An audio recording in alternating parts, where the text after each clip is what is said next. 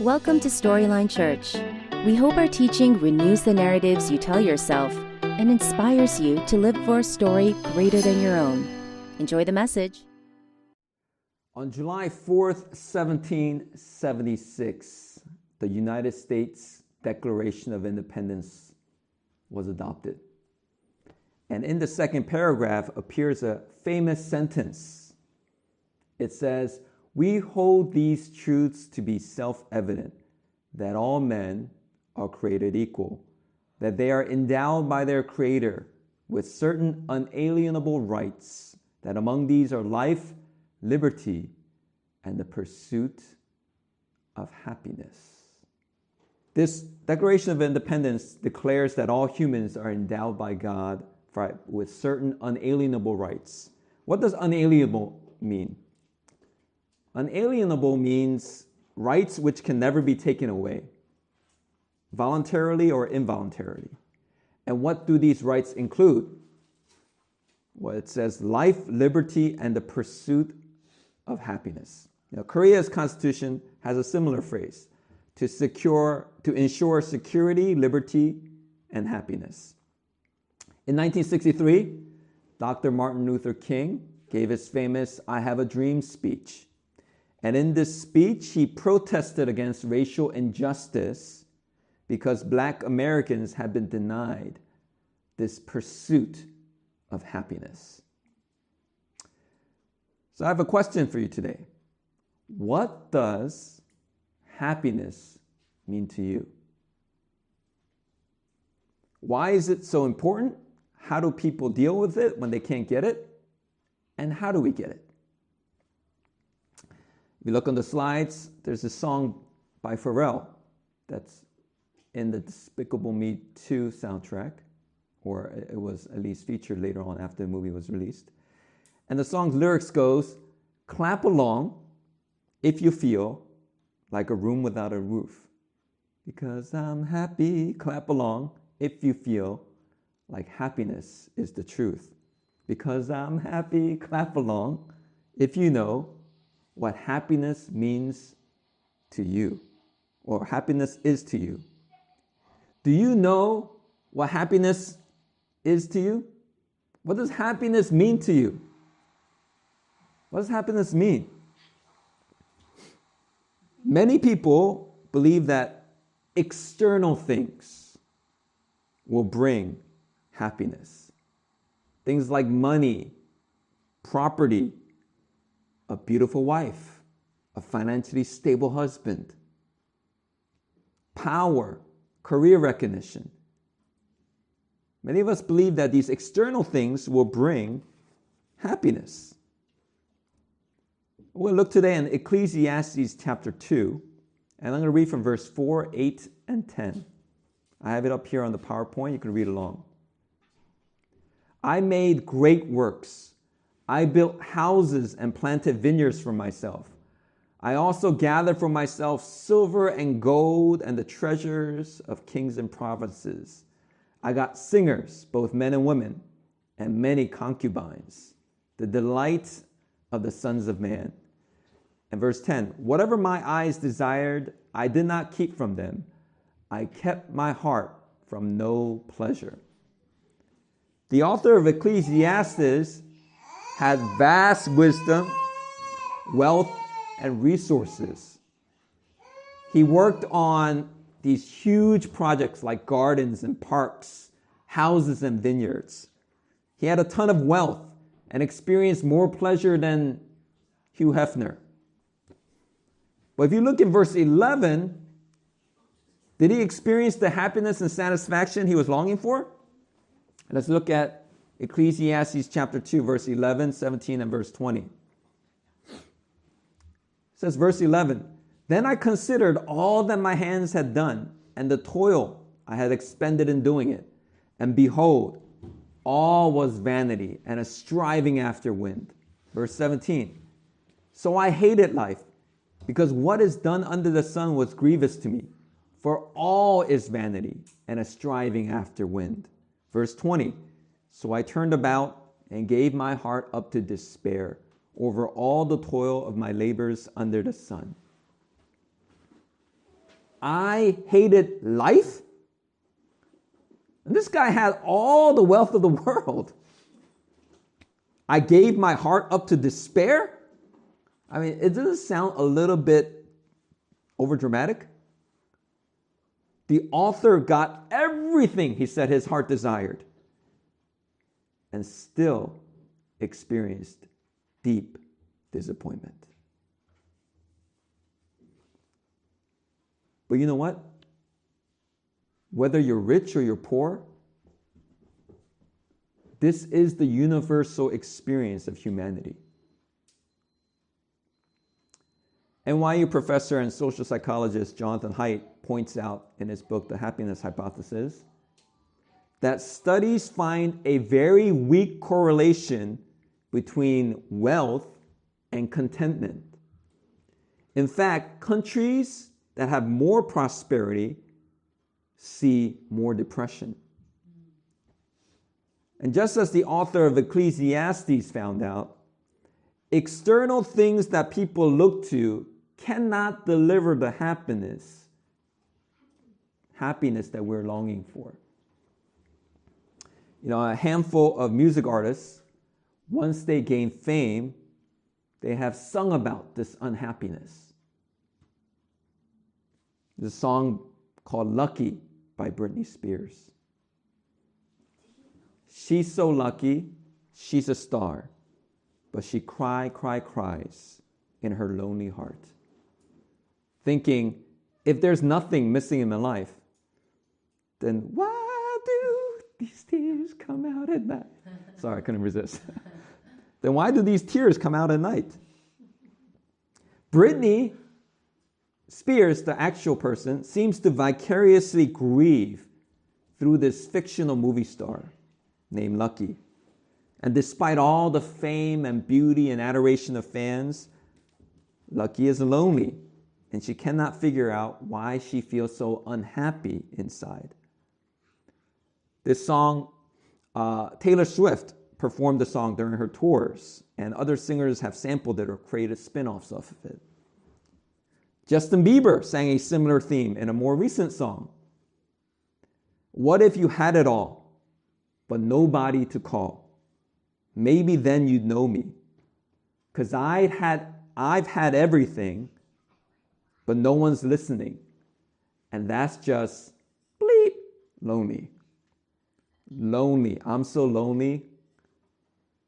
Lonely. That's the name of his song.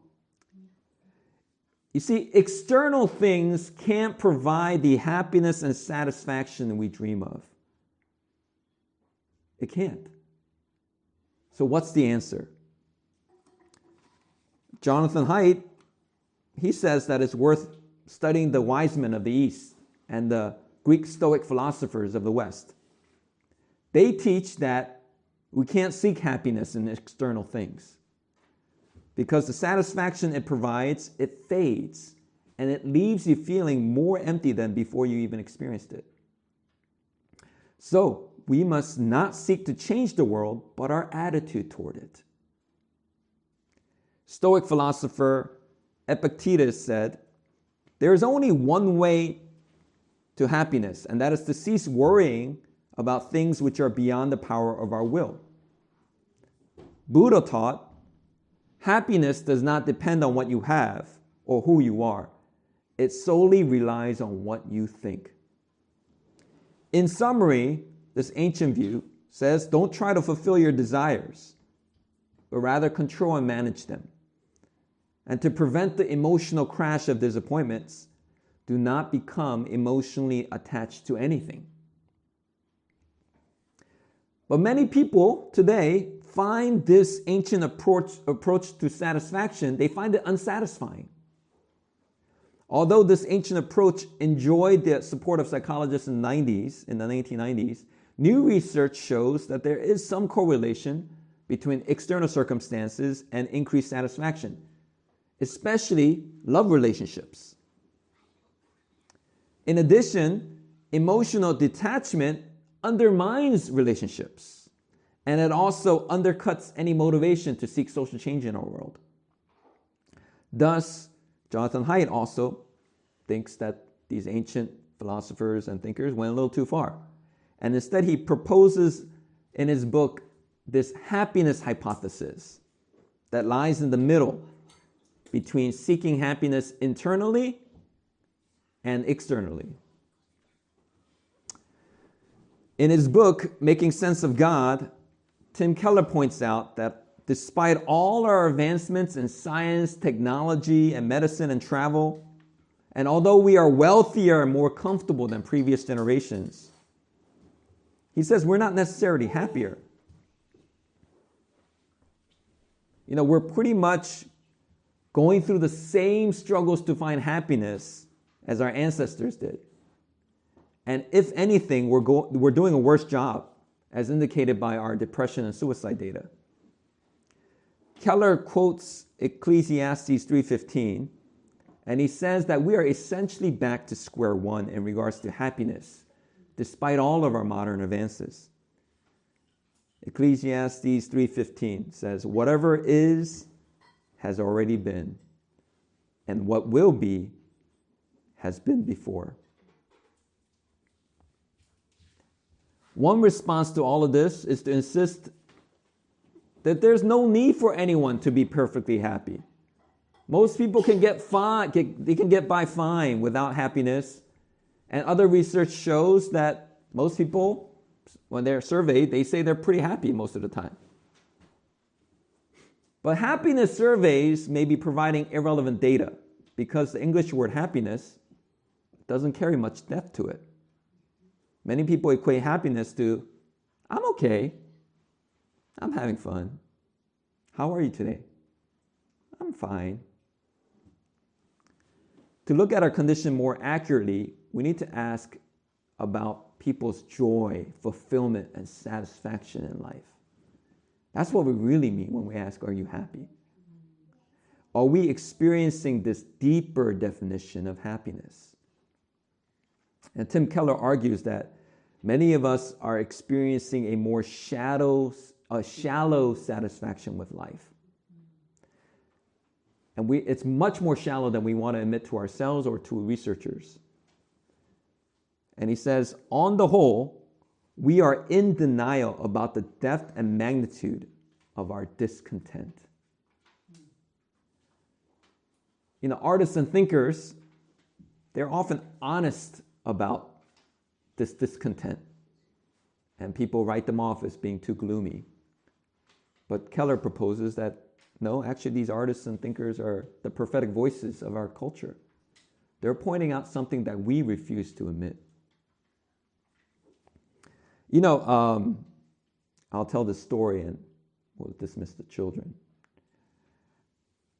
As an adult, I'm not proud to admit that I have this obsession with researching real estate and potential new homes.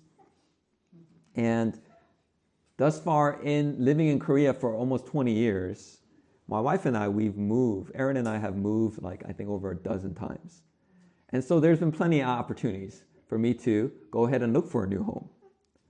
But whether we had to move or not, I think I would have done it anyway, because there's this obsession that I have. And through my therapy, I think I realized that it's rooted in childhood disappointment. Because when I was a middle schooler, my dad used to go to these open houses in the suburbs of Philadelphia. And there were these nice, colorful pamphlets of all these new homes that were built. And they were beautiful, huge homes.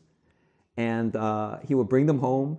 And I thought it was a signal and an indicator that we were going to move to this big, beautiful suburban home and get out of the ghettos of Philadelphia, off the streets. And unfortunately, that day never came because my parents got separated and eventually divorced.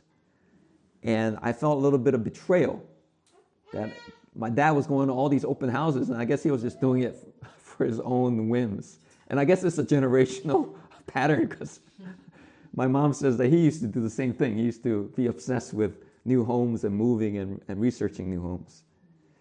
And so earlier this year, when we moved into this home and we got the opportunity to do some renovations, I felt this hope. All right, This dream that I've had since childhood, this obsession is finally going to get fulfilled. And we did these renovations, and we're fortunate to have been able to do it and move into this beautiful home. But as we moved in, it didn't contain everything we dreamed of, but it was way more than we ever expected even a year ago. And so I felt happy. I felt especially happy when I got to videotape my kids coming home after we moved in, and they came home from school, and I got to videotape them seeing it for the first time, and they were ecstatic, and Shiloh was like, wow, look at this, yeah! And Ezekiel was trying to follow her enthusiasm and saying, yeah, jumping up and down in their beds. I felt very happy when I saw that. But after a few days, I noticed the happiness, it seemed to flutter away. And it gave way to all the little repairs and touch-ups that were needed to maintain the home. And it was nothing like I had dreams of since childhood. Like this amazing dream that I had, this desire and this hope for happiness, when we finally got it, I was asking myself, is this it? Is this all there is? And don't get me wrong, Aaron and I are incredibly grateful for our home, and we talk about that Thanksgiving all the time. But the happiness I felt inside was fleeting. It was temporary. And in addition, I also have to keep in mind, soberly, I have to keep in mind that our home can be taken from us suddenly, via a fire, illness, a financial calamity.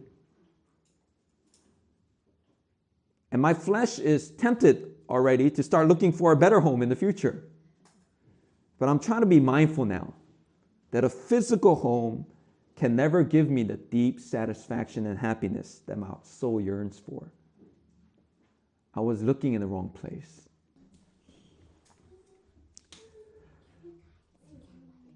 The temporary nature of happiness and satisfaction, it makes us long for something everlasting.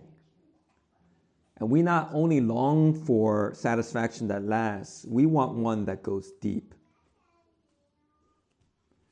You know, many young people say to themselves, and this was inclusive of me, they say to themselves, I heard of so many stories of celebrities and wealthy people who are disillusioned and say that their life isn't happy. But if I get what I'm hoping for, I'll be different. I'll be happy. And Tim Keller writes, no, you won't. Though there is a spectrum of experience, nobody in the end has ever been different. That's what the wisdom of the ancients and all the anecdotal evidence in the world will tell you. Ultimately, this means that we're all longing for a satisfaction that cannot be had in this world. So when we discover that we lack it, that we are discontent with life, what do? Tim Keller, in his book, he breaks down 7 strategies that people use to handle discontent. 4 of the strategies assume that it is still out there. 3 of them assume that it's no longer possible. So let's look at these 7 strategies. I'll breeze over them. First, the young. Most people who are young adults, they start out in their adulthood with their entire lives ahead of them. And their hearts are marked with hope for future happiness. So they say to themselves, if I can find the right partner, a great career, pay off my debts, find a good spouse, then I will have life satisfaction. Young people may actually feel discontent underneath, but they can't recognize it because they're too busy getting ready to be happy. This is the young. Number 2, the resentful. As we get a little bit older, it seems elusive. And so we blame obstacles that have kept us from achieving the things that we think will deliver happiness. Perhaps we faced discrimination or some injustice at work. Or we may blame individuals who threw us under the bus, who blocked our progress. So the narrative goes, I would be happy if it wasn't for such and such persons. And with this resentment and anger, we can channel it for good, like social activism, or just find relief through venting and complaining. But if we get to break through to the next level and we find that it still isn't there, that's when people move to the third strategy, the driven. Since our culture emphasizes possessions and accomplishments as the path toward satisfaction, we have no shortage of driven people in our world. These are usually society's most productive members. These are the athletes, the artists, the CEOs. When they actually reach their goals and they still find something missing, what they do is they start to blame the things that they have. It's because of my wife. It's because my home isn't big enough. It's because I need to change careers. So they go through houses and spouses assuring themselves that they'll find it. They run faster and faster, but they eventually tire themselves out. And we move to the fourth strategy that people deal with it, the despairing. What if we don't find it? Even after blaming obstacles and blaming what we have and replacing them, we get a better spouse and a better house and a better job. And we still don't find that deep happiness that we're looking for. What do? This is when people begin to blame themselves. Oh, there's something wrong with me. It's because I haven't been good enough. It's because I wasn't a good enough spouse.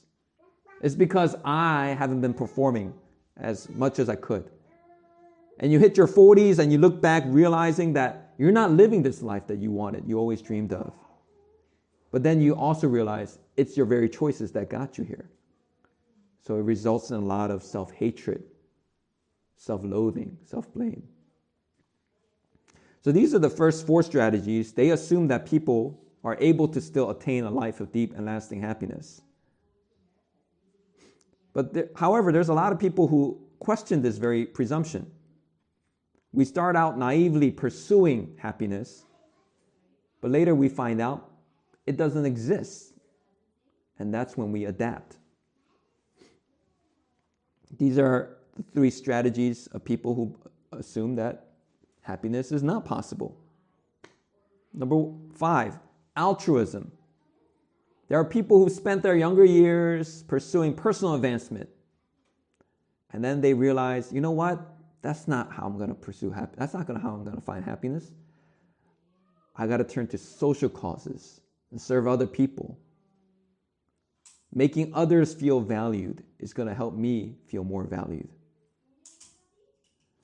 But many people have pointed out that this approach is problematic because it is ultimately selfish under the guise of being selfless. There's a book I read called Toxic Charity by Robert Lupton. And in it exposes vivid examples of how evangelical churches have an ugly record of creating dependency and entitlement in emerging countries where they give charity and serve and do mission trips.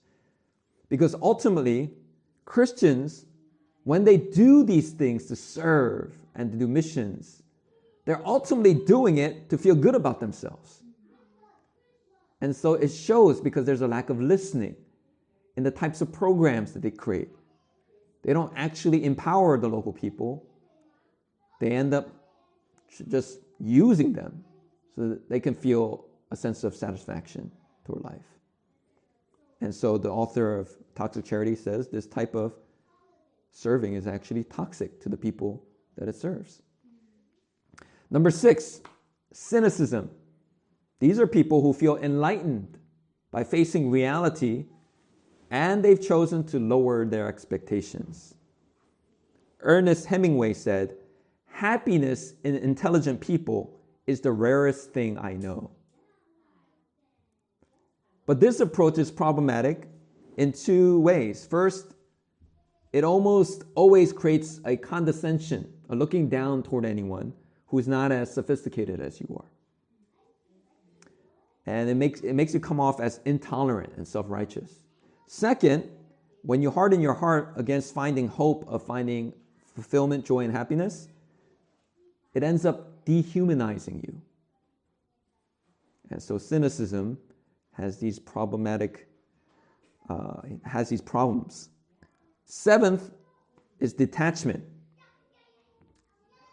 Epictetus wrote, "What harm is there while you are kissing your child to murmur softly, 'Tomorrow you will die'?" Very morbid. Tim Keller writes, "But here I must side with the modern research, which supports a deep human intuition, namely that diminishing your love for others does not increase satisfaction, but only undermines it." What Keller is pointing out is that in detachment, it has a better philosophical base than cynicism, but it ultimately does the same thing. It dehumanizes you. Deep, everlasting happiness is something that this world can't give us. And if we pursue it, we can become angry or driven, or if we harden our hearts to it, we dehumanize ourselves and we lose the sacred and beautiful qualities that make us human. But if we don't harden our hearts, the despair and self-blame that we feel is overwhelming, and we resort towards self-destructive coping mechanisms. So let me ask you, what is the cause of this irrepressible hunger for happiness? What is the cause of this undeniable discontent that we feel? The great Christian philosopher and theologian Augustine devoted his life to discover why people are discontent with life. And he concluded that our discontent has a functional cause and an ultimate source. This is a core teaching for Storyline Church, so I want to ask you to please listen carefully. Our discontent has a functional cause and an ultimate source. The functional cause of our discontent is that our loves are out of order. Augustine argued that we are most fundamentally shaped not so much by what we believe or what we think or even do, but by what we love. Human virtues are nothing more than manifestations of what we love. Honesty is loving your neighbor's interests more than your own, even when the truth will make you look bad. Courage is loving your neighbor's well-being more than your own, even if it puts your safety in jeopardy. And since Jesus summarized all of God's law into loving God and loving our neighbor, Augustine believed that sin was ultimately a lack of love. So examples. You may say to yourself and others that you believe in social equality and fair pay. But if you make business decisions that exploit your employees and put them in dangerous conditions, it is because in your heart, you love your own prosperity more than your neighbor's.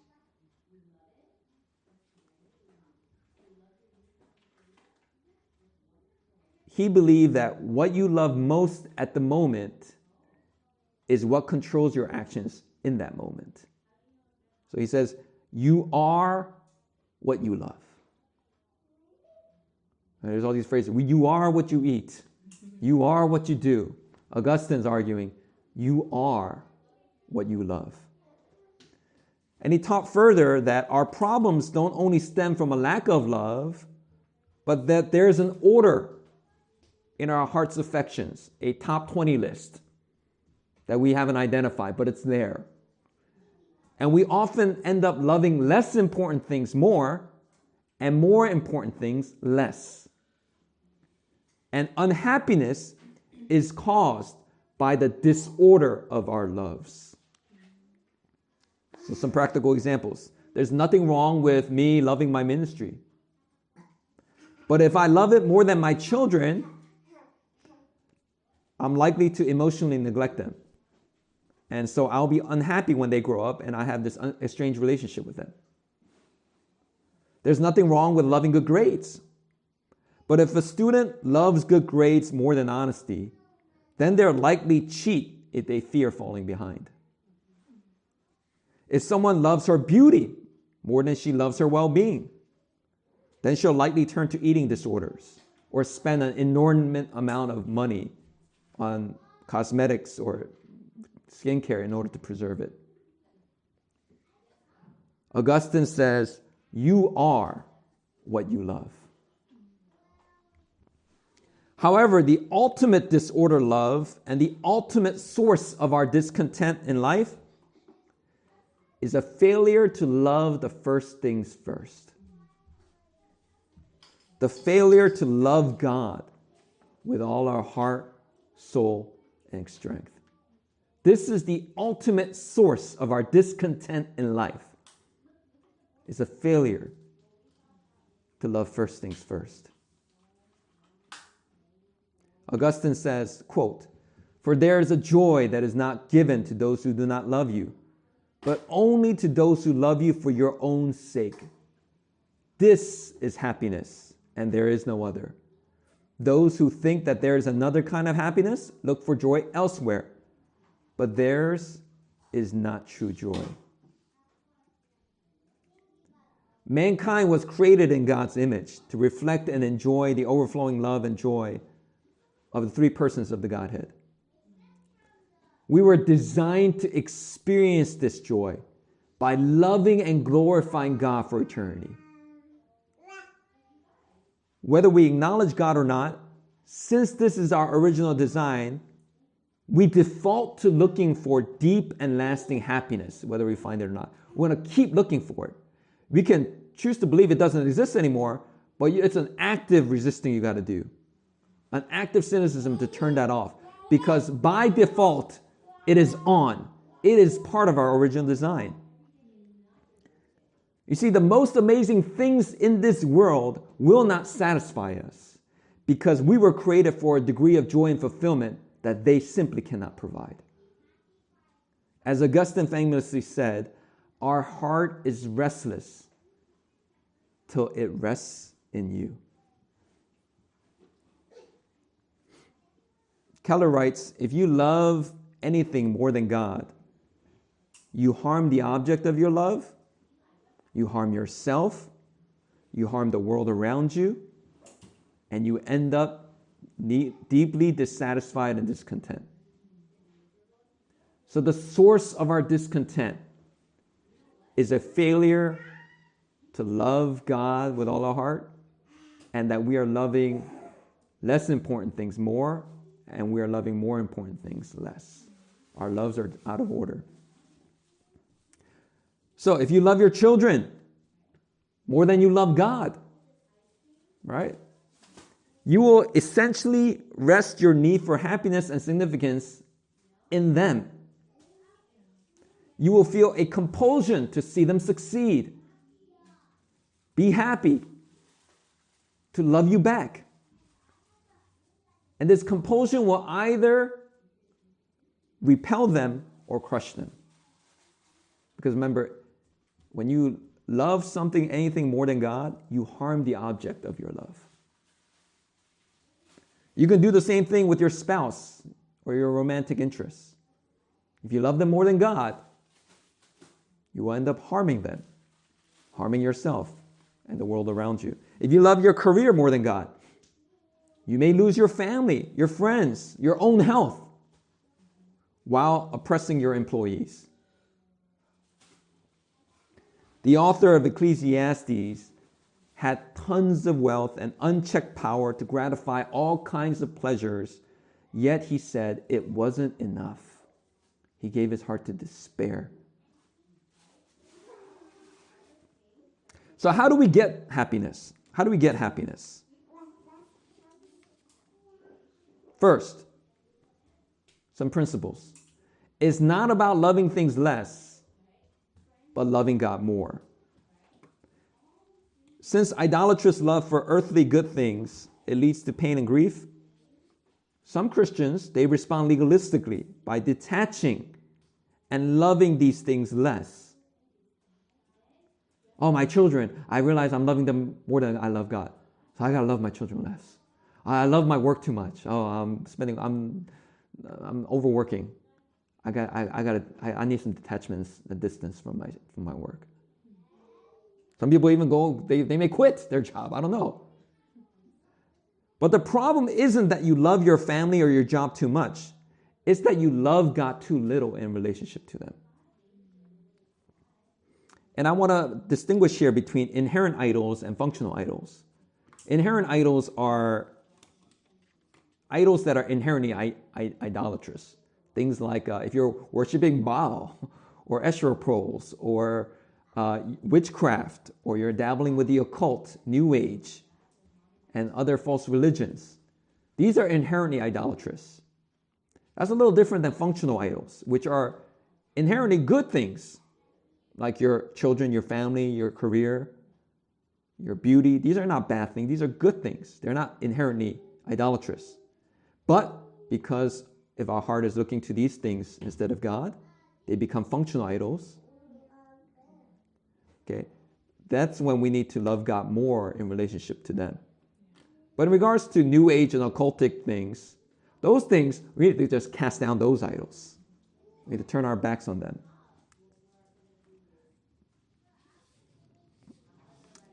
When life throws us a curveball and we lose things that we love dearly, how do we handle that? If our greatest source of happiness is our marriage or our family, then when we lose these things, it's going to be devastating. Life is over. It's not worth living anymore. And we may not be able to function.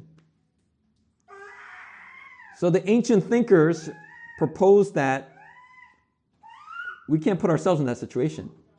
So the solution is we got to detach. So we are no longer at the mercy of these losses. But Christianity teaches that you don't have to do that. If you just love God more, then your greatest source of consolation, hope, and joy will not be diminished by grief. It'll actually drive you to it. Though it is difficult, you will not always be hardening your heart to deal with the pain of loss. The love of God will keep your heart tender. He is your ultimate source of hope and happiness. You're able to remain happy and find your happiness in Him.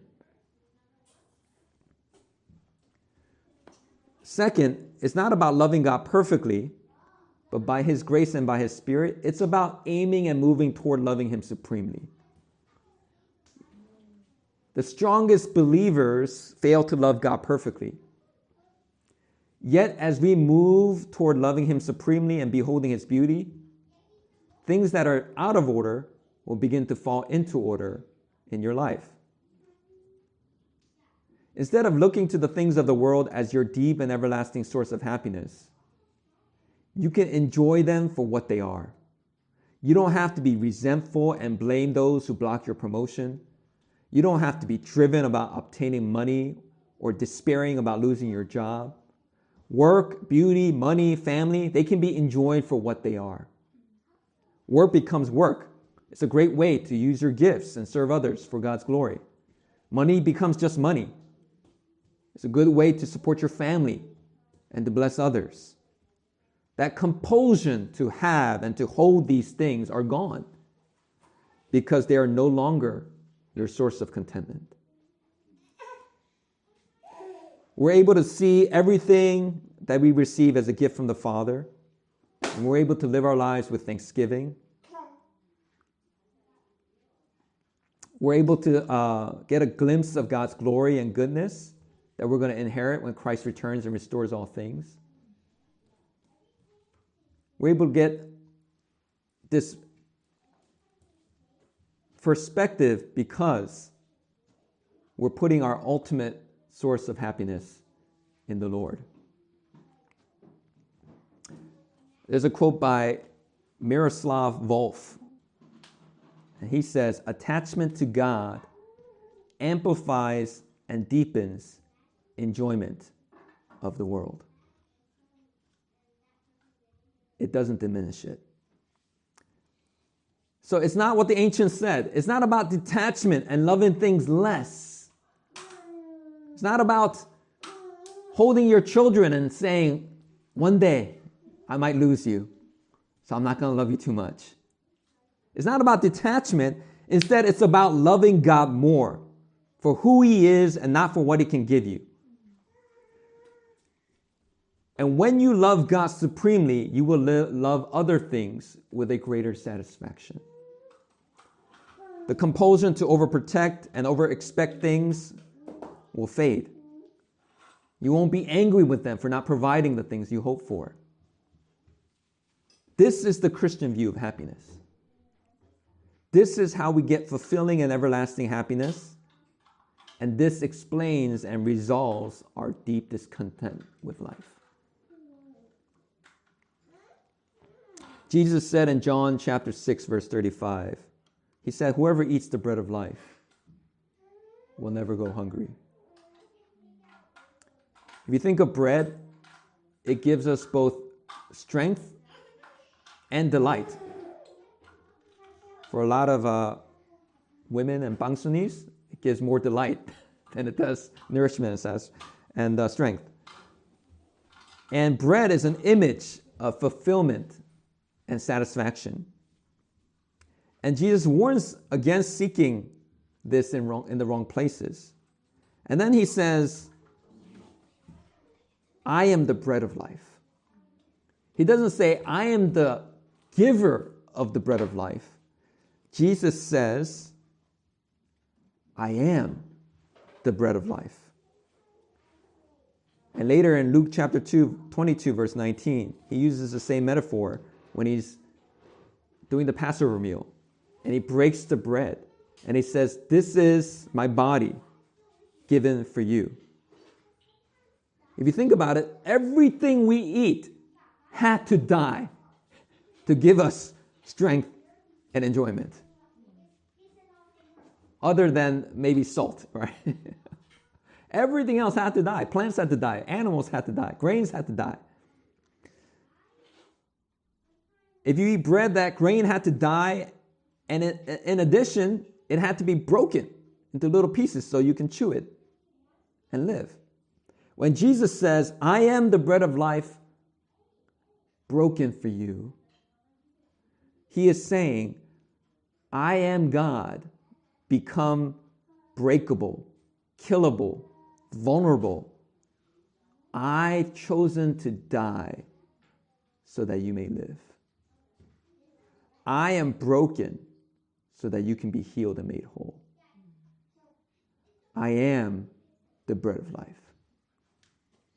And I want to close with this. You see, telling you to love God more and find your source of happiness and satisfaction in Him, telling you that, or yelling at you to do that, or scaring you with consequences of not doing that, think about it. It doesn't move your heart. It's not going to help you to actually love Him with all your heart, soul, and strength. But you know what does? Beholding His beauty. Beholding the beauty of what Christ has done for you. This can move our hearts and our affections. This can displace our affections off of worldly things and place them onto Christ Himself. That is when we will gladly say with the psalmist in Psalm 16:11, in your presence there is fullness of joy, and at your right hand are pleasures forevermore.